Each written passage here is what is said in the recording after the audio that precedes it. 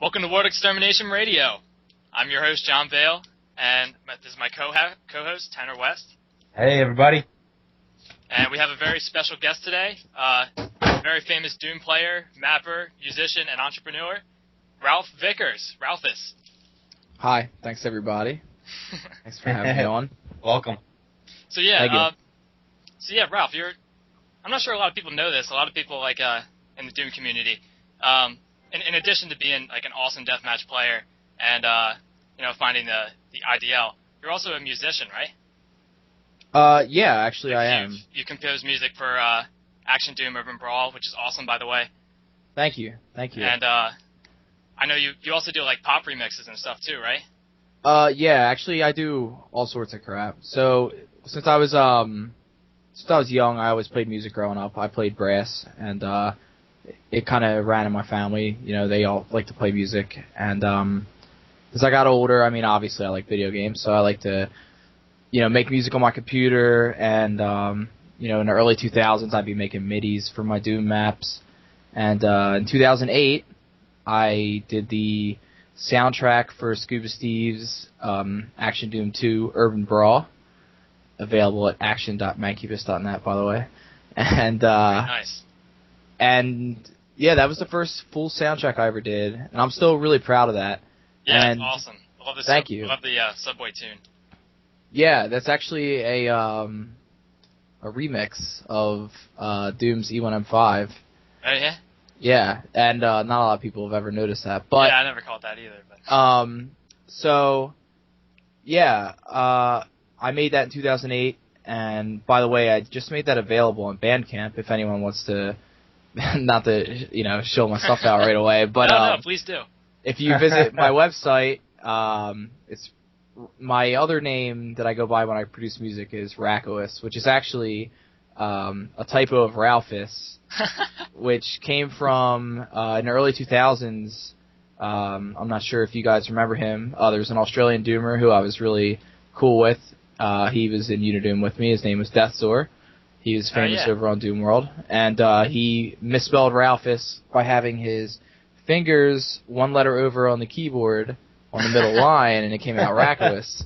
So that ended up just being like an alternate nickname of mine. And I registered a YouTube account as that in 2006. And now that I started uploading stuff to it, now I accidentally just became Rakohus full-time over there. So Nice. So I'm Rakohus on YouTube. I'm Ralphus to you guys, to my Doom buddies. But my new website I just put up this week, actually. It's rakoh.us, Rakohus. Oh, nice. Yeah, so, or rakohus.com, either or. And I have that available up there on that website, the Urban Brawl soundtrack. As far as the pop mixes, yeah, I've been on YouTube for the past maybe 2 years. I've been it started as the first one I ever did was there was that Bed Intruder song that came out about 2 years ago. And well, actually, it's not the first one I ever did. The first one I ever did was there was an old website called YTMND, where it was just basically in the mid 2000s. It was just a stupid website where you would just have a picture in the background and a song, and that is definitely like a cesspool of memes, internet memes at the time. Yes. Yeah, that's terrible. Yeah, it's real bad. But anyway, there was a song. It went. Our God is an awesome God, He reigns, and all that stuff, and it was like real popular, and they would use it on a lot of videos. So I made a little Nintendo loop of it, and it went to number 1 on their website, like the most views in a day. So I remember even back then I was like, wow, that's really cool that my stupid little video became like the most watched thing for a day. So in 2000, really cool, yeah, it was really cool. I mean, it's a little vain. I like to see that people, like to see that sort of stuff. So 2 years ago, the Bed Intruder thing came out, and I just made another little stupid Nintendo-sounding 8-bit remix of it, and within just a few months, it exploded, and I had, at that time, I mean, I felt like it was a ton. I had like 100,000 views. I was like, holy crap, I can't believe I got so many views. So after that, I started making a few more here and there of actual like songs I would hear on the radio. like Lady Gaga or whatever, because I had spent a lot of time driving back and forth to my girlfriend, so I would, listen to the radio for something new. I could only listen to my CDs so many times. Yeah, right. And the next big one that I ever made was the Party Rock anthem that came out. Oh, yeah. Yeah, and to this day, that's still my most popular video. I think I have almost 600,000 views on it. Jeez. And, yeah, it's pretty crazy. Famous. It's cool, man.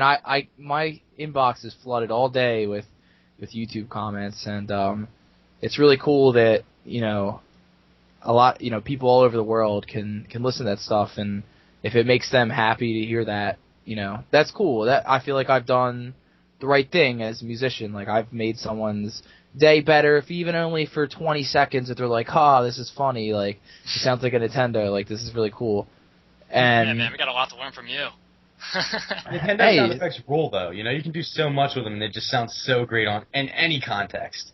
Well, I think the thing that I like doing most with them is that I'm limited when I do them. So I actually don't really use any sort of specific thing to make them so like they could really be run on a Nintendo or anything. I do it all in FL Studio, but I do follow the rules of the Nintendo sound chip like very seriously. Like, I have my 2 square channels, my triangle channel, and a noise channel, and then another one. And if you're not technical and don't know what that means, basically it means I can only have three like melodic lines going at once. Right. So I mean, that's the fun part to me. I get to take these songs that are on the radio that have big chords and the string sections in the background, and they got synths going on, they got the melody line going on, and percussion and all that stuff, and I have to break them down into 3 channels, and that's the challenge to me that I like, and I think that's what makes it cool to me. It's a challenge. If I was just taking them and just rewriting them out like kind of like a MIDI, I mean, I've done that before, but it's not the same. That same challenge isn't there to make it sound good and exciting and fast-paced, and I think that's the cool part of it. Yeah. Have you done what songs have you done lately? Well, I just did, one of the more recent new ones I've done is Daft Punk's Get Lucky, which is becoming very popular very quickly. That's like probably going to sneak up on Party Rock because the internet loves Daft Punk, and I think in 3 months I have like 200,000 views on it or something other, and I kind of got to jump on that one because I knew that was probably going to be a big song, so I made that track before it even officially came out. I found access to it, and I made it. I made that song before it came out officially, so it was somehow someone else still beat me to trying to make some sort of little remix of it on YouTube. I don't know how that happened, but recently I've done there's a song on the radio that's real popular right now by this band Imagine Dragons called Radioactive, and it's not really my favorite song, but I did it anyway because people were asking a lot for it. So you do a lot of requests? Yeah, I would say that I mix it up a bit. I think. Okay. I think sometimes if people are bothering me enough, I'm usually, I can be pushed into doing something. But I generally, a lot of times, I'll hear a song on the radio and I'll know that it's one I want to do. Yeah. And then usually it's one that's heavily requested. There's one I saw recently. You did Kanye West and like the Sega Genesis soundtrack. Yeah, that's my most recent one. Man. Yeah. I was just listening to that actually on YouTube. I love the Sega Genesis sound effects. Yeah. Awesome. Yeah, thanks. Me too. I love them. I love that that crunchy like FM synth sound. Yeah, it's so raspy and I love it. Yeah, I actually answered someone's question about this. Sometimes people ask me questions. They said Super Nintendo or Sega Genesis, like which is better? And Genesis. Well, yeah, I think so too. Unlike a lot of kids, I was lucky enough to have both of them when I was young. Oh. I know a lot of kids had just the Super Nintendo or you had the Genesis, and the other one was stupid if you didn't have it. So, but I had both, so I didn't really hate either of them. And I loved them both. I had all the the good games that you had to have, like Mario's and Mega Man's and Sonic's and stuff like that.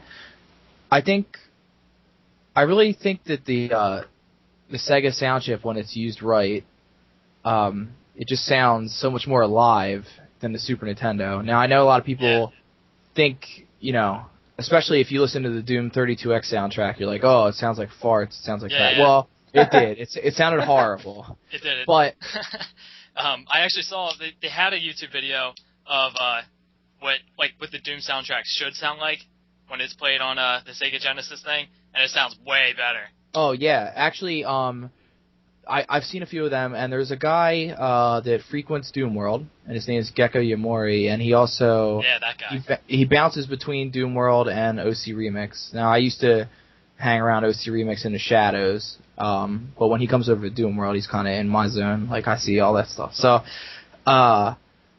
he does some really cool stuff when it comes to that, and he was probably a source of inspiration for me in a way. Maybe not directly, but the way he's done that sort of stuff sounds awesome. So, he's a great musician. I aspire to be, great like he is one day. And where was I going with that? But anyway, he's the man. He does the FM synth. I love FM synth.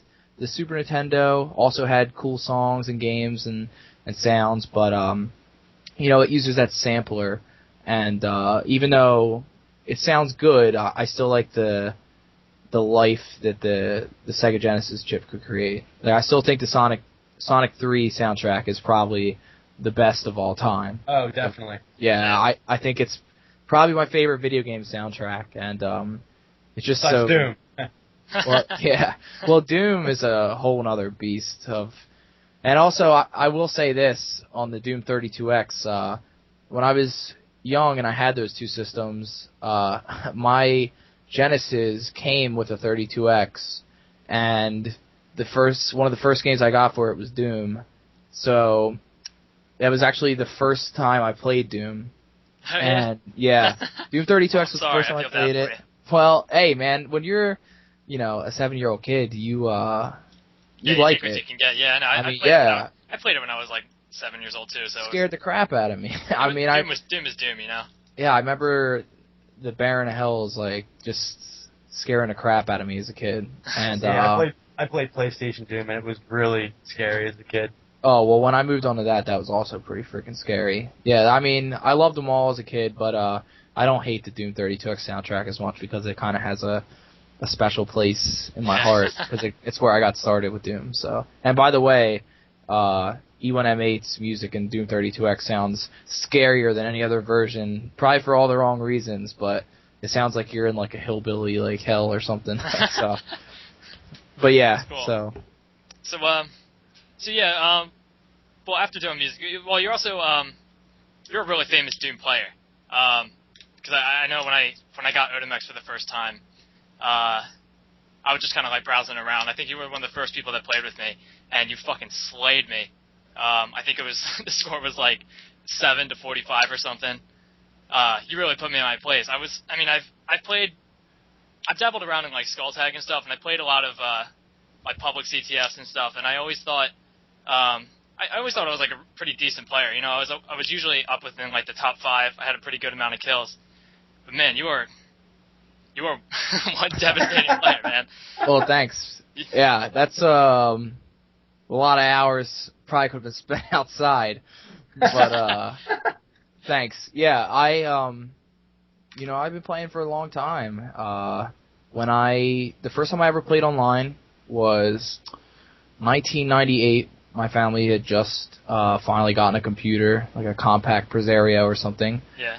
And, I had played Doom on the computer at friends' houses at that point, but that was our first computer in our house. And I found there was a program. This was before there was anything like Odomex or Skull Tag. You couldn't jump into games like, like Quake. You couldn't just join games. You had to organize them. So there was this program called DoomServe, which was really cool. It was kind of like Dwango on the internet. So you would connect to DoomServe, and there would be like a bunch of people on there, and you would use ZDoom. I think that was well before version 1.22. It was a long time ago. It was an old version of Z-Doom. Didn't have any of the cool stuff it has nowadays. It was just basically, it might as well have been regular Doom at that point. We're so privileged. yeah. It was like the Dark Ages compared to now, but we were all on dial-up. I got this set up on my. I have a TV downstairs, and I have 2 computers set up to connect it to the TV, and I have them set up on a split screen with like a picture-in-picture thing. Yeah. And connecting like old school stuff like Chocolate Doom and PR Boom with a router, it's such a nightmare. I invite people over sometimes, and it'll take me like a half hour to get it set up, and by then we don't even feel like playing anymore. Yeah, well that's exactly how it was. It was except that was the 90s, so all this stuff was still exciting and new. So all of us were on dial-up. Nobody had cable internet yet. I think DSL was like brand new, and we had AOL, and those were the days. Yeah, it was fun, man. I have fond memories of it. But yeah, that was the first time I played online. One of the first games I ever played was I played against Toke, and it was Doom 2, Map 13 Downtown, and it was like a horror. I mean, it's a horrible map for 1-on-1, but there was the competition was a little different then. I mean, people were still playing Dwango 5 Map 1 and all those maps that they kind of play now still, but I was new, and we didn't. So was he, and we didn't really know what we were supposed to be playing at that point, and we were just having fun and just doing stupid stuff. But that's where I started. Have you played Doom 1 on multiplayer or? Yeah, sure. I mean, I've played on shareware servers, and I think shareware Doom's fun multiplayer. Yeah, I read somewhere that that Doom 2 was more oriented towards deathmatch than Doom 1 was. In your experience playing Doom 1 and 2, do you see the differences or? Well, I mean, really the big difference is a super shotgun. Yeah. I mean, that's obviously the weapon of choice when it comes to Doom 2. Hell yeah. Yeah, dude. That's really the difference. That's the difference. Yeah. I'm just asking because you've mapped for because you make deathmatch levels and capture the flag levels, so I was wondering if you saw any I guess changes in the layout and the way weapons are placed on the levels and stuff like that. Well, I mean, to be honest with you, not a lot of people have played the Doom 2 maps in deathmatch other than maybe map 7 and map 1. Yeah. So, and I mean, they mess around with other maps too, but a little bit. But I don't know. It's hard to say. I never really studied it. I mean, obviously, Doom 2 map 1 is a classic, deathmatch staple. But yeah, I've heard a lot about that. It's a tough map if you don't know what you're doing. Even for me, I kind of know what I'm doing. I still get roughed up by good players. It's pretty so good. small, man. It's so small that you just have to run right by each other in every section of it. It seems like, although I've never played it myself. It's actually very. There's specific things you're supposed to do in every situation. There's only 4 spawns on the map, and if you spawn in certain spots and don't know what you're doing, you stand a negative chance of winning the game, or maybe even getting a kill. It's very unforgiving, but I would say the actual games themselves, without any special add-on levels or anything, I don't know. I think that maybe that's a rumor, but it could be true, I suppose. Yeah, I heard Duke talking about how map 1, it's been the most famous deathmatch level, but it's famous because it's unfair. Because in the starting room you get the BFG, the super shotgun, the rocket launcher, and if you start at the other side of the level, you have a shotgun and a plasma gun that's kind of tough to get.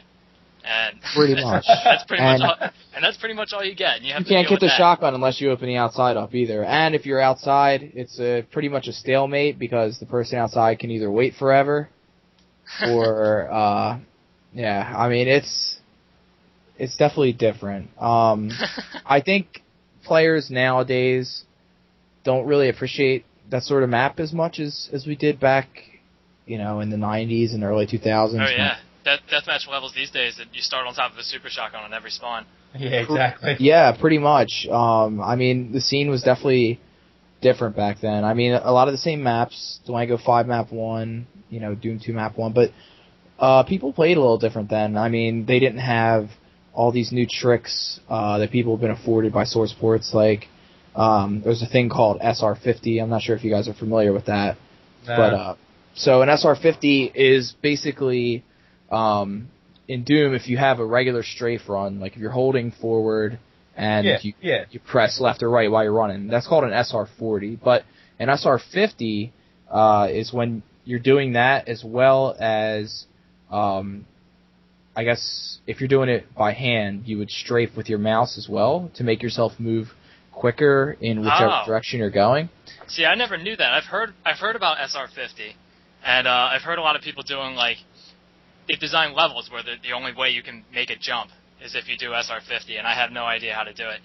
Yeah. It involves strafing with the mouse as well? Yeah, well, if you're doing it manually. But nowadays, people have come up with all sorts of little console tricks to bind it to one key so that they can just press the key and get that full speed the entire time. I never adopted that, but I know that a lot of top players now do, and I guess if you started in the mid-2000s or something, I can't really blame you that much, but I know that the older players probably still play and do it by hand themselves. Yeah. I mean, I don't know, that just, now forgive me because I'm not a huge deathmatch player, but I don't know, man, that just seems like overdoing it a little bit, don't you think? Yeah, I never felt like the Doom guy really needed to go faster. Well, hey, when you're playing those top players, everyone wants to try and get that competitive edge. So, just short of cheating, they'll do anything they can to be the best. I mean, it's a pretty competitive little circle over there. I mean, although the community's kind of split up between the 3 engines now, the 3 multiplayer engines, the 3 main ones, there's still fierce competition probably on at least Odomex and Z-Damon. I'm not really quite sure though. I haven't really been on Z-Damon in a few years, and Zandronum, I'm not sure. Zandronum is alright for that. Most of the servers online for Zandronum are either co-op or survival or some sort of all-out war or Mega Man or something like that. Yeah, I think that there's a lot of cross contamination between actual hardcore players on Odomex and Zandronum. I think that they're pretty friendly communities to each other. Z-Damon, obviously, they do their own thing, and I think that most of the Odomex and the Zandronum players are cool with that. Just them staying over in their own place. Yeah. Yeah, about that. You're the founder of the IDL, the Internet Dooming League. What's the where'd you come up with the idea for that? Okay, so International Doom League, actually. Excuse me, sorry. Oh, it's all right. So I guess it was 2006, the fall of 2006. I was banned from Z-Damon, so that's kind of the start to my story. Me and their lead programmer, Kilgore, we just we didn't get along, so he had me out of there, and that's cool, and whatever. And that's all ancient history. But a few, there was 2 big clans at the time, groups of players getting together and playing against each other. My clan, Unidoom, and then there was a group of other really good players, and their clan was called DX, Degeneration X. So our clans, for the most part, we hated each other. We didn't like each other. We wanted to kick each other's ass all the time. But after I got banned, I was pretty friendly with their main guy chain dude. Even though we were rivals, I mean, we definitely didn't love each other, but we were friendly and we were cool. That winter in 2006, I got together with him and we decided that we were going to try this little league. Now, I had this idea because I was really in the NFL and sports, and I really love stats. But the stats part comes later. But I was really into organized team sports, and even though I loved one-on-one, I did love playing with my team. But I always thought this could be something more. So what ended up happening was we ended up pulling in a bunch of players from UD and DX and outside our clan, some other players.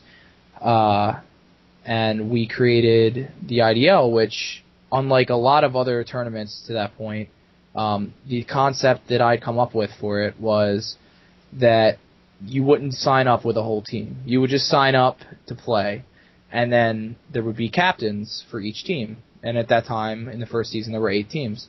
So each captain, after everyone was in the league, before anyone would play, there would be a draft.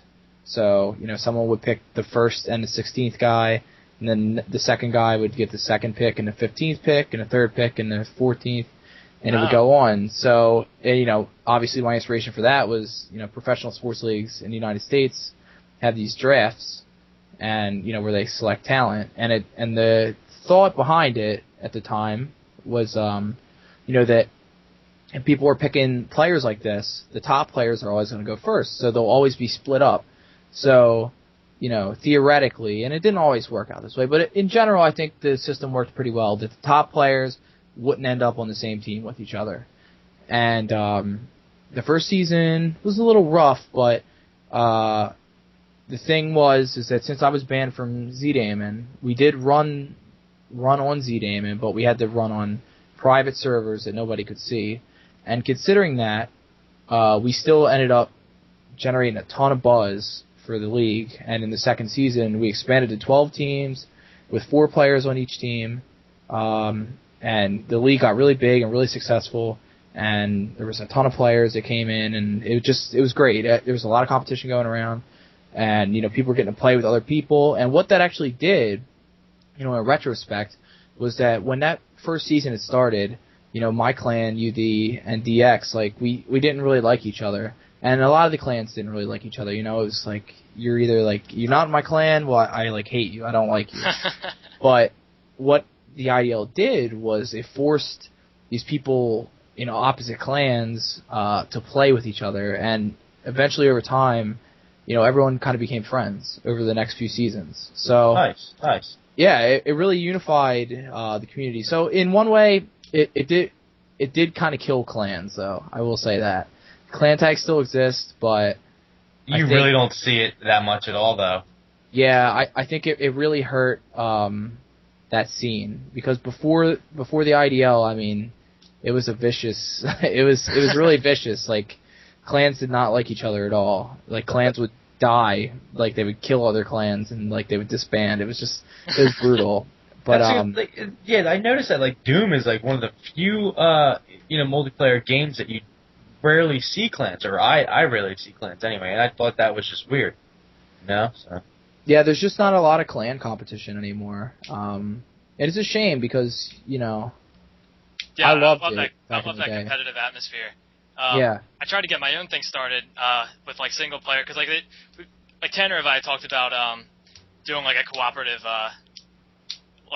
competitive thing, and I started something in the Doom Speed demo forum where it's not really taken off yet, but it's called Speedrun Battle, right. And we try to get people to organize teams, kind of like a backyard kickball game where there's captains and they pick the players that they want on their team, right? And then they all record demos, and then you just average out all the times, and that's your time for this level, and then the other team does the same thing, and they get all their times. You just average them out, and then whoever has the shortest time wins. And I'm trying to get a lot of people involved with that, but it's taken a while to take off.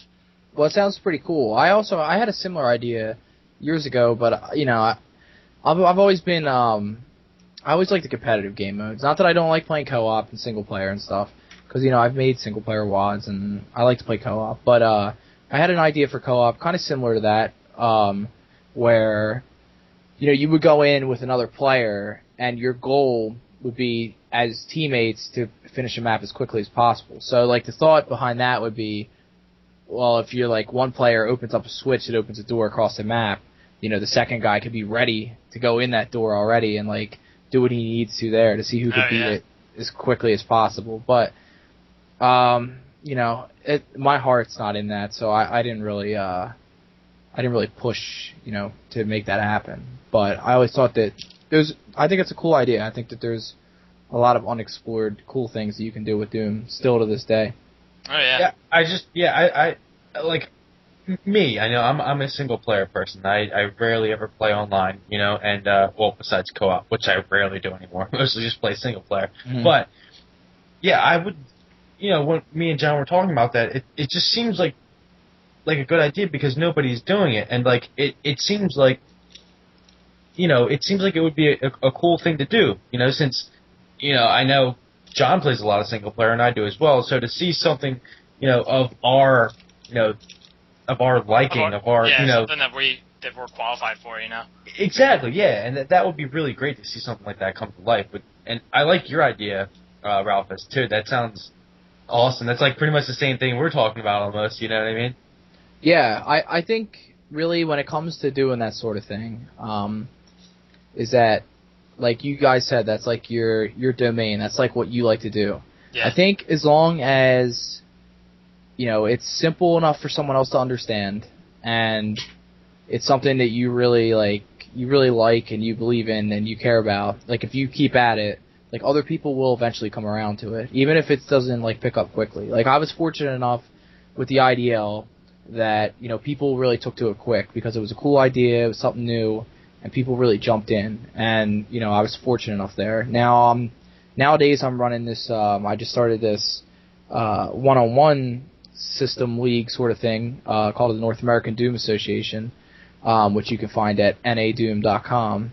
But that's it's taken off a little bit slower than the IDL did. But I still think that, we have a good base of players that I'm growing out with, and I think that over time it's just going to pick up more and more guys. So what I would say to you guys is, if you think that that's a cool idea and you really like doing it and you want to see other people do it, just keep doing it, and maybe tweak a thing here or there to see if you can attract people a little bit more, or if you got to change something if something's not working.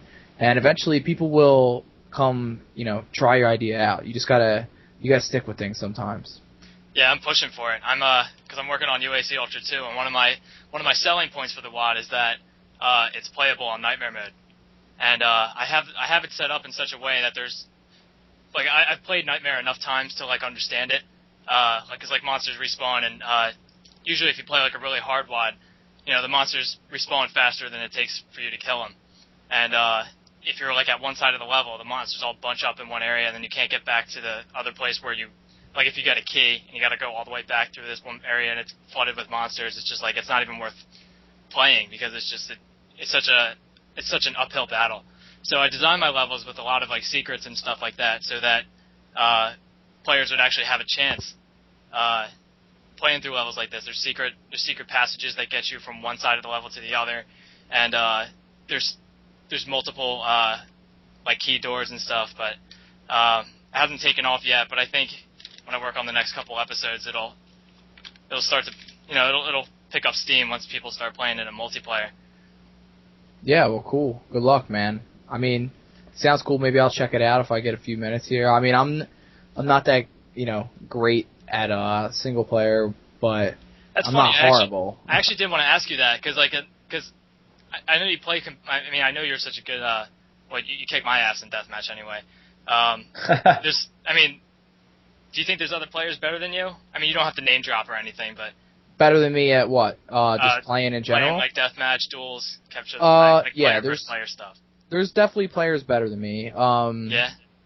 But I would say that, some of them might be better than me at different things. I think... Okay.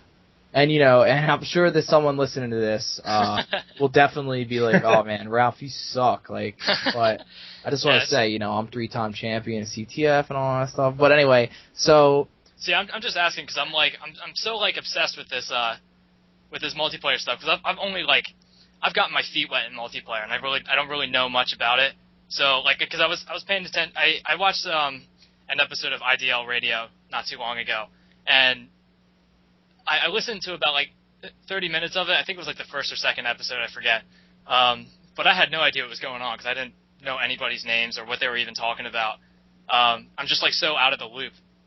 So I don't know. Well, to go back and answer your other question, when it comes to people being better than me, first off, there's a really important dynamic. You have, the North Americans and the Europeans. So there's a ton of European players who are just sick freaks at playing Doom. Like, they're just, like, crazy good. Like, Turska and Gyrosman and Nosteri and Do, who is on Doom World very often. Yeah. These are all really good European Doom players, and they come from all sorts of different countries, like Czech Republic and Finland, and they're all over there. So I have like mad respect for those guys. A lot of those guys are really great at playing like classic Doom 1-on-1, like under original like vanilla Doom rules. Now on North America, you have players like Jakist, who is also really good. Like when it comes to 1-on-1s, he could probably whoop on me on most maps. You got players like Devastation, Chewy, who hasn't really been around often, but I'm sure if he showed up, he could play pretty solid. I mean, there's a lot of good players on both sides. In North America, for the past few years, the trend kind of changed a little bit because Jakist ran his own league called the Z-Damon Duel League for a few years, and in that league, the rules were a little bit different from what the Europeans and like people like me were used to playing. Like, it kind of took some more Z-Doomisms to it. So, like the Europeans and me, we like to play, when you run over a weapon, you're picking that weapon up. Like, Doom forces you to pick it up. But in the ZDDL, you had the option, like, I don't want to switch on, like, when I walk over it. So yeah, you can trim those rules. Right. So to the common like observer who doesn't really know, like that would not seem like a big thing. That wouldn't seem like a big change. Like, oh, okay, so you don't have to change weapons, but they play maps. Well, because they play maps that rely on traps. There's this really popular map called Judas 23, and in that map, and this is the best example of it, and this is the one that me and Do always use. On that map, there's a chute in the middle of the map you can drop down into, and in that chute is a BFG. So you have to drop down from the top into the chute to get to BFG. And what that's supposed to do by design, by regular Doom design, is expose you to the other player on the map to kill you, because you dropped in. Now you're going to switch to BFG, but while you're switching, that other player gets like a free shot to bust you. But when you get rid of that force, like you're forced to pick that up, you can drop down, you can blow them away with a super shotgun, take your BFG, and then start, rocking them with it. We don't really care for it. Is it wrong or is it right? Maybe neither. It's preference, and that's just the way things kind of went. I saw something along those lines. I was playing it was Austin01.Watt. It's a really old deathmatch level, and in the first level they had something I thought was brilliant. And there's a place where you can get the BFG, but as soon as you get it, you step onto a teleporter that takes you on top of a chainsaw. And then now you're in the middle of the open area with a chainsaw, which is useless in deathmatch. Right. That's exactly the type of trap that I'm talking about. If you play that under ZDDL rules, you get the BFG, you teleport, you just start spamming it because you're not going to have to bring the chainsaw up. So that's like the main difference, I would say, between what the North American scene is kind of used to now compared to the Europeans. Now, in the NADA that I'm running, and North American Doom League, I call it NADA, I don't allow that. So I'm kind of trying to bring it back towards the classic rules that I grew up with. I literally grew up with those rules. So trying to bring them back. Hopefully it'll work. I mean, I prefer those. I think that they're more true to the game itself. Who knows? I'm sure that, Jakist still wants to run his own league, and if he does, he's going to run with his rules. And I think, as far as I know, QuakeCon, which tomorrow, I'm not sure when you guys will air this, but on Thursday, August 1st, QuakeCon is going to have this Doom tournament starting using Odomex, and they're using the ZDDL rules that Jakist came up with. So, So I mean, they're using that in the big tournament, which is cool. I mean, I don't care what they use in the tournament. The fact that Doom is in a humongous tournament, at a big convention is just cool enough to me. I don't care what rules they use. But hell yeah, everybody's got to play more Doom. Yes, yeah, definitely, sure. I'm hoping that it brings in some new people, some new faces. Yeah, that would be awesome. I'd love that. Oh, you know what? So I still never answered your question. All right, so let me just roll back. The whole point of that little history lesson was that I think that I'm probably better than a lot of players like J-Kist at playing the classic rules. I think the Europeans will whoop my ass at classic rules. I think that certain players like J-Kist whoop my ass at his rules. But I'm okay at one-on-one. Capture the flag, I'm as good as anybody, and if anyone says otherwise, too bad. Because I'll beat your team and I'll kick your ass. Yeah, bring it on. So, hey, you know what? I'm sorry, but speaking of capture the flag maps, I really liked your Rakohus Magical Ice Forts map, the D-Damon map pack.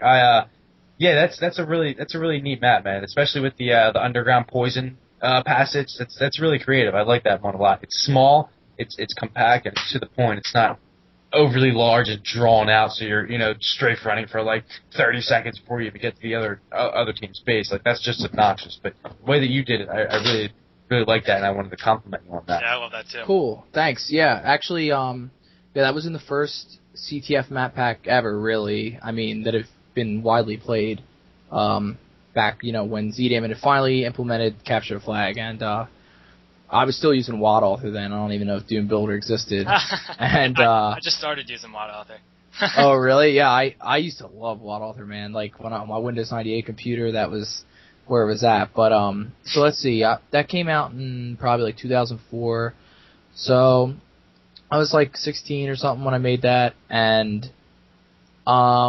you know what, man? Honestly, it's still one of the most played maps. It's still widely popular. I don't think I could have done any better. I don't think that I would have known that it was going to come out like so popular. I think probably the reason it is because, really at the time when I was making it,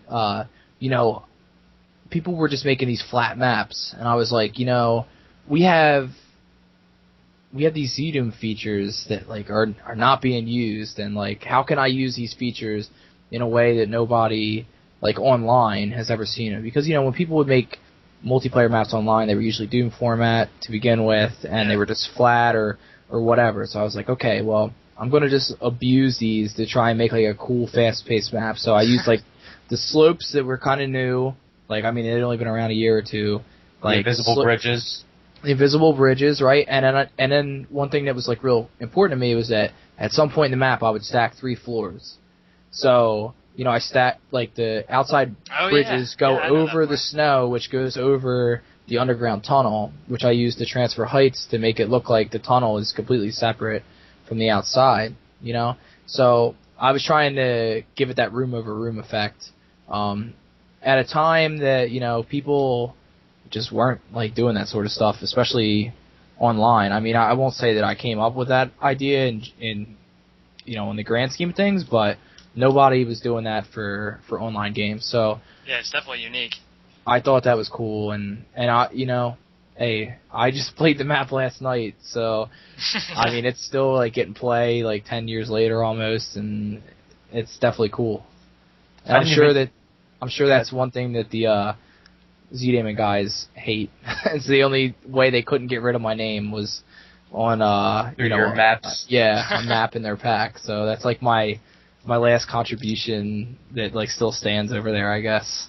It's kind of disappointing though, because I spent so much time like studying that map to like figure out everything that's so great about it, and you're telling me it's like an accident.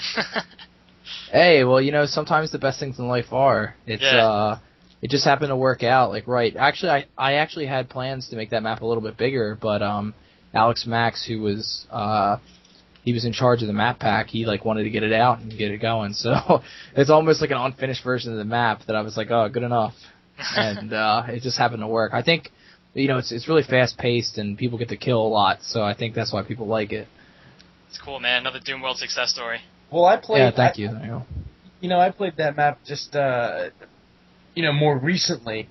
I guess I played it randomly a couple of years ago, and then I really recently played it a couple times, and this was at the time that I first played it. Those things that you're talking about, the bridges and the stacked floors and slopes aren't too uncommon, but even knowing, like you said, it wasn't really around when you were doing it, but still to this day when I play it for the first time, it's like it's pretty sweet, and those effects, those things that you utilized that were engine specific were really cool, and they really worked, so.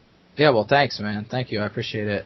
Definitely. One of the questions I did have for you, you brought up earlier that you're not that great of a single player. I thought that was I don't know. I wanted to ask. It just ties into one of my questions because I wanted to ask, since you are really good at deathmatch and you play competitively and stuff, do any of those skills help you play in single player? Because I figured as good at faking people out and dodging stuff, you'd probably be amazing at Slaughterfest and stuff. Well, but I guess I won't say that I'm horrible at single player. I can get through most wads that are thrown at me. On ultraviolence. If you throw Sunder at me on ultraviolence, I'm probably not going to make it through. You know what? I'm actually playing through Sunder right now, and I love it. But you know what? It's rough. I'm one of those dudes that, if I'm going to play a slaughter map and I'm not good enough to beat it from pistol start, I have no shame in saving my game. And I'm not saying, save scumming every 2 seconds, but, I have no problem. And that's been a habit that's been with me forever. I used to play wads from first to finish, no pistol start. But now I play pistol start, but you know what? I have no problem saving, and I don't know, some people are weird about that, but... Yeah, well, when it comes to single player, I'm decent. I'm not bad. I'm not bad by any stretch. I'm probably well above average. There's some multiplayer players that are super good at single player, like Do. For instance, he sets speed running records all the time and stuff, and even back in the day, there were guys like Anders and stuff that were just really good at both. I think that if you're good, it's interesting because I think if you're really good at single player, you can probably be really good at multiplayer. But I think if you're really good at multiplayer, you can also be good at single player, but they're not necessarily interchangeable because the difference between them is that. Single player, it does rely on the same basic principles of multiplayer, which is moving around all crazy and fast and stuff, and being able to shoot where you want to, quickly, and having some foresight about where you want to go. I think the difference in single player is that, in multiplayer, when I'm playing someone, it doesn't matter if it's one-on-one or if it's just a little mini battle that I'm having in a big 16-player game and I'm just fighting this one guy at this moment. The difference is that when I'm playing against another person, I have to kind of guess what they're going to do, but they're kind of predictable like a person would be, if I'm playing capture the flag and a guy's got a flag, I know he's going to try and run for me no matter what. Yeah. And do I know what way he's going to necessarily run? No. If he's not as good as the top player, you can kind of guess. If you're playing against a good player, they might fake you out and make you look like a doofus. In single player, those enemies. None of those elements come into play. Well, the thing about single player is that it's totally predictable, more or less. All those enemies are given a set thing they're going to do. If you're close to that imp, he's going to scratch you. If you're far away, he's going to throw the fireball. The hit scanners, or if they see you, they're going to hit you from far away. Shotgun guy's going to hit you from far away. You don't care about the pistol guys. You don't want to be around the chain gun guys if they're up high and stuff. Yeah. I think that in single player, you can kind of plan your path out. And if you're good at that, you're going to be really good at single player. You're going to be able to kick ass. You're going to know, you can project what this is going to happen in this area. Okay, there's Mancubus over on the far right, and there's all these stupid shotgunners over here. Okay, well I'll just have them shoot their fireballs over and take some of those guys out and help me. When you're playing online, you might think that the one dude's over there is going to miss you and go after someone else or something, but If they like have an idea that you might be there, they could just totally change, and it's unpredictable like that. So yeah. Single player, I think that the top multiplayer guys, if they really felt so inclined to be really good at single player, I think they could be. I think that you either like to play single player more or you don't. So did that kind of answer the question? Yeah, I'm not sure if it did.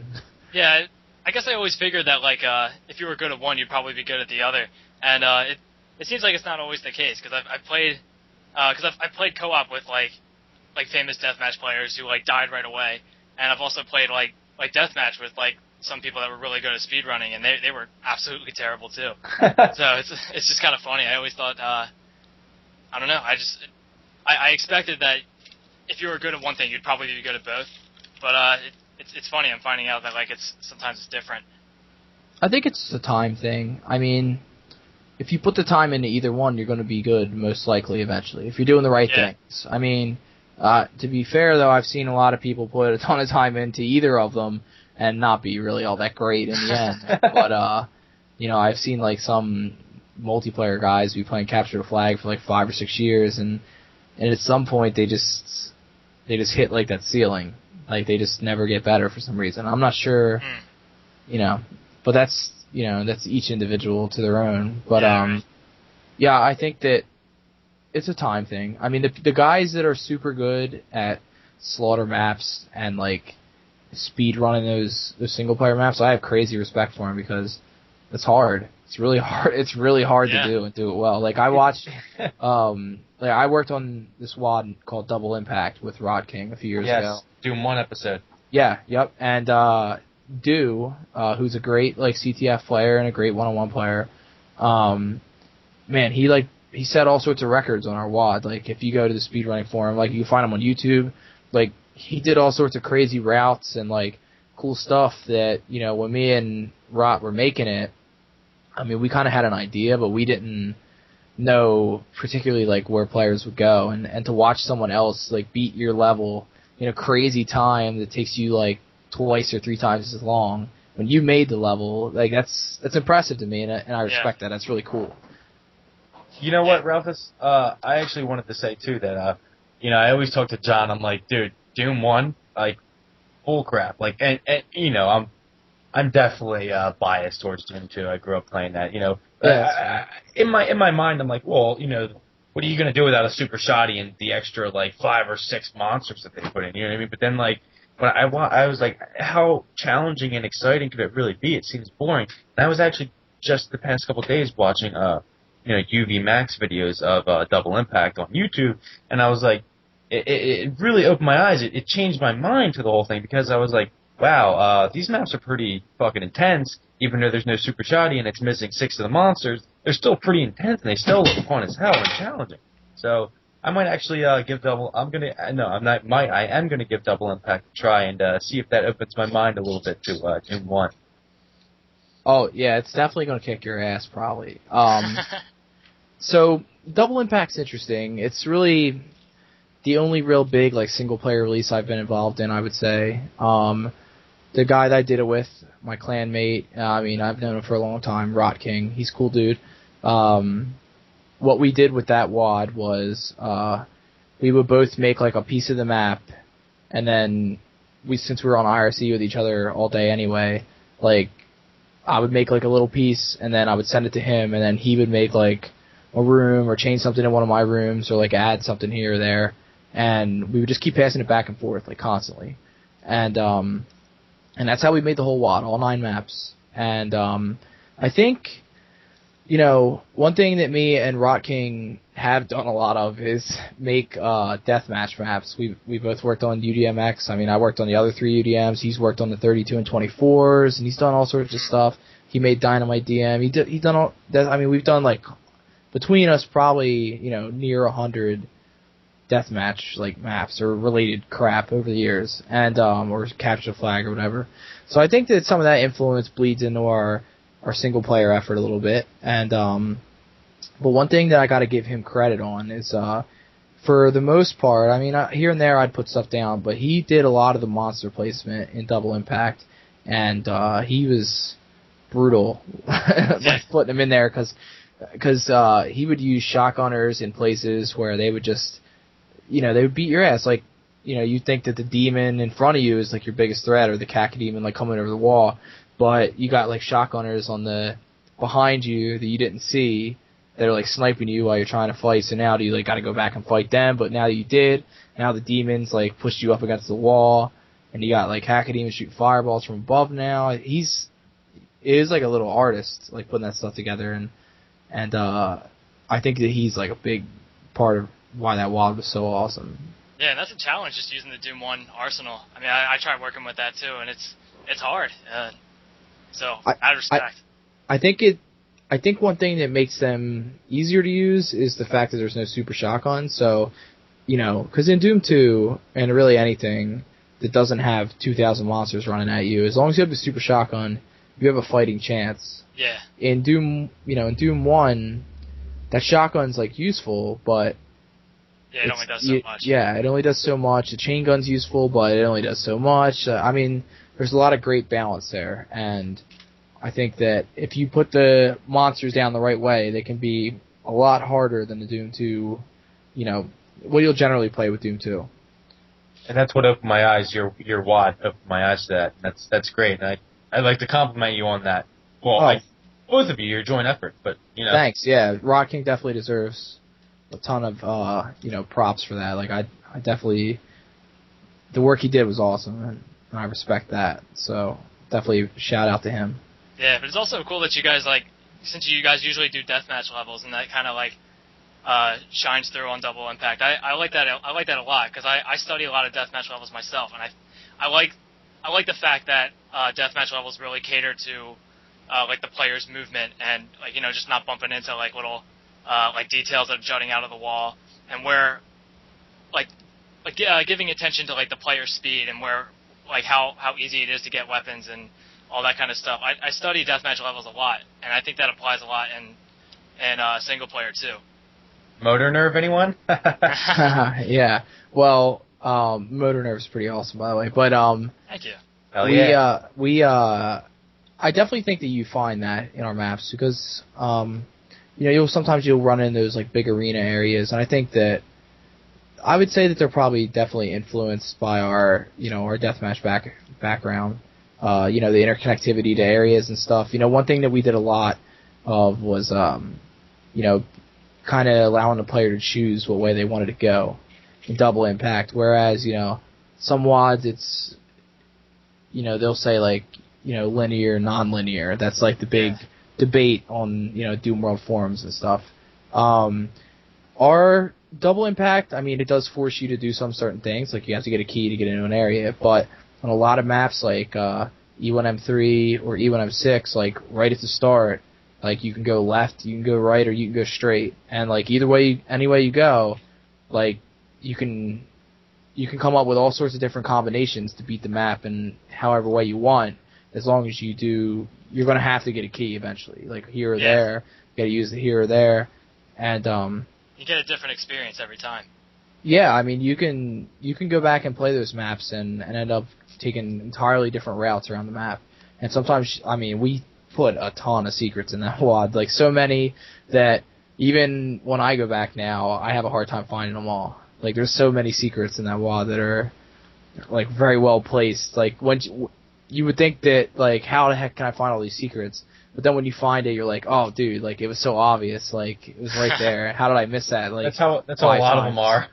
Yeah, so we had a lot of fun putting secrets in. I mean, sometimes we would drop whole areas of the map, And in the 7th level, U1M7, when you get halfway through the map, there's nukage, through most of the map on the floor. Eventually you get to a point where you press a button and it drops it throughout the whole map. So we thought that was really cool at the time. But if you don't really feel like looking for stuff, I mean, you can just run right to the blue key where obviously that's what dropping it's supposed to reveal. Yeah. But if you go around the rest of the map, I mean, we dropped nukage all sorts of areas, areas where you visited, a while ago. So you can go back to those areas and go down and get the secrets and stuff. That's cool. So What deathmatch maps have you done? Like, I guess have you put in like maps into like compilations and stuff, or? Well, I spearheaded the UDM series, which is, was pretty popular. I played all of those maps. Yeah, UDM 1, 2, 3, and X, and possibly a new one coming up in the next few months here. Oh yeah. Yeah, I hope so. We're working on it. Probably going to be the last one. No. But I said that about the last one, so who knows? But they're fun to make. I guess, personally, I made a lot of maps. Have you done like a lot of single individual releases, or just or have you just been in like big projects with like community projects and stuff? See, I never really did a whole lot of community projects because ever since like the early 2000s, I ran. Well, unless you consider these community projects, I started Unidoom in the 90s, the clan, and then in the early 2000s, I got a bunch of people in it. And then I started making maps, and then I got other people to make maps. So basically our clan was making maps. So I guess, that's a community project. Most of my stuff has gone into them. Even, UD was responsible for a lot of, big popular WADs in the early 2000s. UDM 3 was like a really big one. UDM 2 was. UDM X was alright. I think people still play that. I love it, but people were playing a little bit less deathmatch when it came out. Alex Max, who did all three ZDM I'm pretty sure he did all three. At least he did the first two. ZDM and CTF map packs. He was a UD guy, and the first ZD CTF is basically all UD, I think. It's me and Alex, and maybe like one or two other guys that weren't. Earthquake was in UD then. He did a lot of maps. So yeah, a lot of my stuff went into compilations, sort of. I always, in all honesty, I'm kind of I like to do things big, so. Yeah. When I put like my time into something, I want it to be like, a big release. I want it to be like a big deathmatch WOD, or I want it to be going into like a big capture the flag, WOD, or like double impact. Like I didn't want to just make like one single player map. I wanted to make a whole episode, and I don't know how as you should. Yeah, I don't know how I convinced Rock King to do it. I think he hated me by the end, but yeah. So I'm into doing like the big project. I like the big project. That's what excites me. Like I didn't want to just run like a little like Doom tournament. I wanted to run the IDL. I wanted it to be like the best Doom league like of all time. Like I want to do like the biggest stuff. I want to do the best stuff. I want it to be better than its peers when I do it. Have I always been successful at that? Probably not. But I would say so. You're probably one of the bigger names. You're famous to me. Well, that's good. That's flattering. Really, I'm always looking out for you when I see your stuff. Cool, man. Thanks. Yeah, I'm just at the end, I'm just a dude, just like everyone else. But I do like to go big when I do stuff. Yeah, definitely. Because on the forums and stuff, I'll see a lot of people say like, I make like maps for myself, and you know what, like. That's cool if you do. And honestly, like, when I make projects, I want to like them. Like, when I make UDM, like, I like it, like, what I made, so it is what it is. But I would be lying if I sat here and told you that when I release a WOD, and I think that a lot of people that say that sort of thing would be lying too, if they would say otherwise, that when I release, like, UDM like X or something, I want people to say like, damn, this is like the freaking best deathmatch WOD I've ever seen. Like I love this. Like this is so cool. Like great job. Like I just worked on it. Like I want people to tell me that it was good because I thought it was good, and I'm releasing it for everyone to play. So since we're a community, I want to like know if it was good or not. And if people don't tell me it's good, then I feel like it sucked probably, but, like, I think that, a lot of people will sometimes guilt people on the forums, like, oh, you should only make a WOD for yourself and all that, but, when people put out those big WODs, I don't care who they are. I mean, they want people to like them. When you put out a WOD, you want people to like it.